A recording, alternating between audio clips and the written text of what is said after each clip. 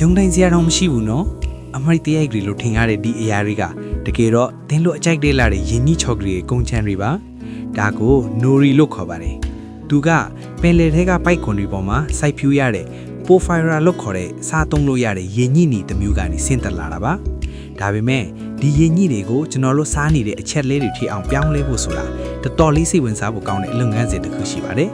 ရေကျသွားပြီးပိုက်ကွန်တွေပေါ်လာတဲ့အချိန်မှာအလုပ်သမားတွေကပြင်းပြားလေးတွေတုံပြီးရင်းညိတွေကိုဂယူးတစိုက်ချစ်ယူကြရပါတယ်အချိန်ကအရန်ရေးကြီးတယ်နော်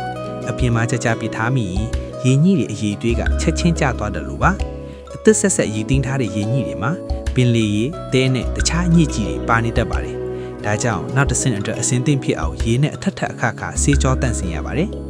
တန့်စင်ပြီးသားရင်းညိတွေကိုအမြင့်လေးတွေဖြစ်အောင်ဆက်နဲ့နှုတ်ဆင်လိုက်ပါတယ်ပြီးရင်တော့ပုံစံကွက်တွေထဲမှာအလွာပပလေးတွေဖြစ်အောင်ညင်ညာဖြန့်ခင်းရပါတယ်။အဲ့ဒီအလွာလေးတွေကိုအစိုးထက်ထုတ်ပြီးတဖြည်းဖြည်းအချောက်ခံလိုက်တဲ့အခါမှာကျွန်တော်တို့မြင်နေကြအစိမ်းရောင်နိုရီအချက်လေးတွေဖြစ်လာတာပါ။ခြောက်သွားတဲ့အချက်တွေကိုပြားသွားအောင်ဖိညက်စံတက်မှထားတဲ့အရွယ်အစားအတိုင်းဖြတ်တောင်အဆင့်ခွေပြီးထုတ်ပိုးလိုက်ပြီးဆိုရင်တော့တင်းတို့ရဲ့ထမင်းစားပွဲပေါ်ရောက်ဖို့အဆင့်သင့်ဖြစ်ပါပြီ။ရင်းကြီးချုပ်တွေကအထုပ်ထဲမှာကြည့်ရင်အမဲရောင်နဲ့အဆင့်တူပေမဲ့အလင်းထဲမှာကြည့်ရင်ဒါမှမဟုတ်မီးရင်လိုက်ရင်တောက်ပတဲ့အစိမ်းရောင်ပြောင်းသွားတာကိုသတိထားမိပါပါဒါဟာရင်းညိထဲမှာပါတဲ့ Chlorophyll တက်ကြောင့်ဖြစ်ပါတယ်အရေးအသွေးမြင့်လေလေအစိမ်းရောင်ကပူတောက်လေလေပဲဖြစ်ပါတယ်ရင်းညိ6ဟာပင်လေကရတဲ့ဗီတာမင်လောက်တောင်တင်စားကြပါတယ်သူမှာအသားဓာတ်အမြင့်ဓာတ်နဲ့ဗီတာမင် A, C, B12 တို့ကျွဲပွားစွာပါဝင်ပါတယ်အထူးသဖြင့်ထက်ထက်လွတ်စားသူတွေအတွက်လိုအပ်တဲ့ဗီတာမင် B12 ကိုရင်းညိကနေရရှိနိုင်တာဟာထူးခြားချက်တစ်ခုပါ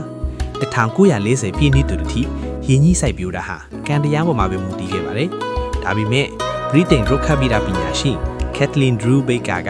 ရင်းနှီးတွေရဲ့မျိုးပွားပုံဘဝစရွံးကိုရှာဖွေတွေ့ရှိခဲ့လို့လားအခုလိုစီးပွားချက်အများပြားစိုက်ပျိုးနိုင်ခဲ့တာပါ။ဒါကြောင့်ဂျပန်နိုင်ငံမှာသူ့ကိုပင်လေပြင်ဤမိခင်လို့ဂုဏ်ပြုပြီးကြောက်တိုင်စိုက်ထူထားကြပါတယ်။မူလကနိုရီဆိုတဲ့စကားလုံးဟာဂျပန်လူကောလို့အဓိပ္ပာယ်ရပါတယ်။ရင်းနှီးတွေကိုကြိတ်ပြီးပြန်ကတ်လိုက်တဲ့အခါကော်ဖြန့်တယ်လို့ဖြစ်နေလို့ဒီနာမည်ပေးခဲ့တာပါလေးလာမှုတချို့အရာဂျပန်လူမျိုးတွေရဲ့ဦးလန်းကျောင်းမှာရင်းနှီးကိုခြေဖြတ်နိုင်တဲ့အထူးအန်ဇိုင်တစ်မျိုးရှိတတ်ပါတယ်